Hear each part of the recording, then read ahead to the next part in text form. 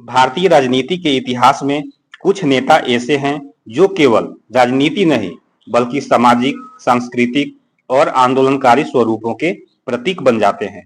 शिबू सोरेन, जिन्हें प्यार से गुरुजी कहा जाता है, ऐसे ही एक नेता थे। उन्होंने न केवल झारखंड राज्य की स्थापना के लिए लंबा संघर्ष किया, बल्कि आदिवासी समाज को उसकी पहचान, अधिकार और सम्मान दिलाने के लिए भी जीवन समर्पित कर दिया।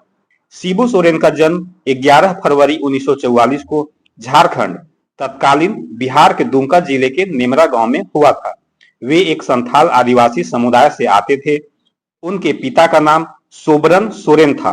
बचपन में ही उनके पिता को जमींदारों ने पीट-पीट कर मार डाला था, क्योंकि वे उनके अन्याय के खिलाफ खड़े हुए थे। यह घटना शिबू सोरेन के जीवन की दिशा बदलने वाली थी। इस घटना ने उन्हें अन्याय के विरुद्ध खड़े होने की प्रेरणा दी। कम उम्र से ही उन्होंने गांव में आदिवासियों के अधिकारों के लिए संघर्ष करना शुरू किया। उनके जीवन का प्रारंभिक संघर्ष शिक्षा, आजीविका और भूमि अधिकारों को लेकर था।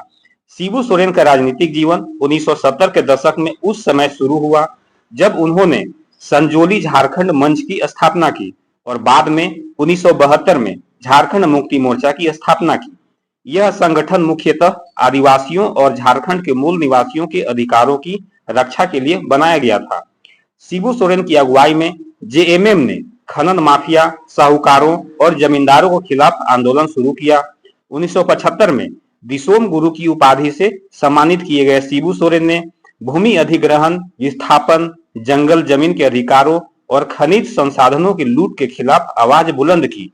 वे धीरे धीरे आदिवासियों के बीच एक मसीहा के रूप में स्थापित हो गए। झारखंड आंदोलन भारत के सबसे बड़े क्षेत्रीय आंदोलनों में से एक रहा है, जिसमें शिबू सोरेन की भूमिका निर्णायक रही है। उन्होंने झारखंड को एक अलग राज्य के रूप में मान्यता दिलाने के लिए वर्षों तक आंदोलन किया। उन्होंने आंदोलन को हिंसात्मक स्वरूप से दूर रहकर लोकतांत्रिक तरीके से चलाया। संसद से लेकर सड़क तक उन्होंने झारखंड की आवाज को बुलंद किया। 2000 में जब झारखंड राज्य बना तो यह उनके जीवन की सबसे बड़े सपनों में से एक की पूर्ति थी। हालांकि झारखंड राज्य बनने से पहले भी वह कई बार लोकसभा सांसद चुने गए। शिबू सोरेन को पहली बार 1980 में लोकसभा सदस्य चुना गया। उसके बाद वे 1989, 1991, 1996, 2002 और 2004 में भी लोकसभा के लिए निर्वाचित हुए। वे केंद्र सरकार में कोयला मंत्री भी बने। उनके कार्यकाल के दौरान कोयला उद्योग में कई सुधार हुए और उन्होंने आदिवासी क्षेत्रों में रोजगार सृजन पर जोर दिया। हालांकि मंत्री रहते हुए उन्होंने कुछ कानूनी विवादों का सामना भी करना पड़ा, लेकिन वे अधिकांश आरोपों से मुक्त भी हुए। इसके बावजूद उनके ऊपर जनता का विश्वास कभी कमजोर नहीं हुआ। शिबू सोरेन 3 बार झारखंड के मुख्यमंत्री भी बने। पहली बार 2 मार्च 2005 को बने, लेकिन उनका कार्यकाल बहुत ही छोटा रहा था, क्योंकि वे विधानसभा में बहुमत सिद्ध नहीं कर पाए थे। दूसरी बार वे 2008 में मुख्यमंत्री बने, लेकिन सहयोगी दलों से समर्थन न मिलने के कारण उन्हें त्यागपत्र देना पड़ा था। तीसरी बार वे 2009 में मुख्यमंत्री बने, लेकिन 1 साल बाद फिर से इस्तीफा देना पड़ा था। हालांकि इन तीनों कार्यकाल में उनकी छवि एक सादगीपूर्ण और संघर्षशील नेता की बनी रही। शिबू सोरेन एक अत्यंत सरल, जनप्रिय और जमीनी नेता माने जाते थे। वे हमेशा धोती कुर्ता पहनते थे और आम जनमानस से सीधे जुड़ाव रखते थे। उनकी सबसे बड़ी ताकत उनका आदिवासी समाज के साथ गहरा जुड़ाव था। उन्होंने कभी राजनीति को सत्ता के लिए नहीं अपनाया, बल्कि एक सामाजिक परिवर्तन के माध्यम के रूप में देखा। उनकी विचारधारा सामाजिक न्याय, समानता, जल जंगल जमीन की रक्षा और आदिवासी पहचान की बहाली पर आधारित रही थी। उन्होंने आदिवासी संस्कृति, भाषा और परंपराओं के संरक्षण को प्राथमिकता दी। शिबू सोरेन का राजनीतिक जीवन पूरी तरह विवादों से मुक्त नहीं रहा था। उन पर एक पुराने हत्या के मामले में सजा भी हुई थी, लेकिन बाद में उच्च न्यायालय ने उन्हें दोषमुक्त कर दिया था।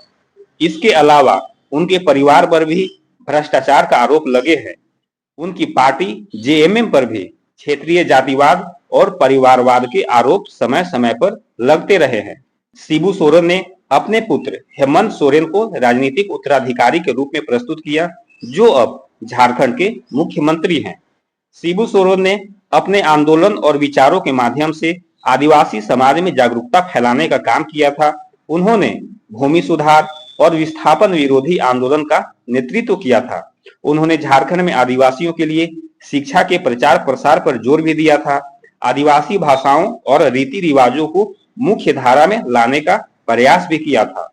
आज भी झारखंड की राजनीति में शिबू सोरेन का नाम अत्यंत श्रद्धा और सम्मान के साथ लिया जाता है। वे वर्तमान में भी झारखंड मुक्ति मोर्चा के संरक्षक थे और राज्य की राजनीति धारा को प्रभावित करते थे। उनके बेटे हेमंत सोरेन झारखंड के मुख्यमंत्री हैं और वे भी पिता के पद चिन्हों पर चलते हुए आदिवासी समाज के लिए कार्य कर रहे हैं। आदिवासी समाज उन्हें गुरुजी कहकर संबोधित करता है। उन्हें झारखंड आंदोलन का पिता भी कहा जाता है। कई बार विश्वविद्यालयों और संगठनों ने उन्हें सामाजिक कार्यों के लिए सम्मानित भी किया है। शिबू सोरेन का जीवन एक आंदोलन की तरह है, संघर्षों से भरा हुआ लेकिन प्रेरणादायक। उन्होंने न केवल झारखंड को एक अलग पहचान दिलाई, बल्कि भारतीय राजनीति में आदिवासी नेतृत्व की एक सशक्त छवि भी प्रस्तुत की। उन्होंने यह साबित कर दिया कि राजनीति केवल सत्ता का खेल नहीं, बल्कि सामाजिक परिवर्तन का सशक्त माध्यम भी हो सकता है। आज जब झारखंड के युवा अपने अधिकारों की बात करते हैं, तो शिबू सोरेन की दी हुई प्रेरणा उनके भीतर कहीं न कहीं जीवित रहती है।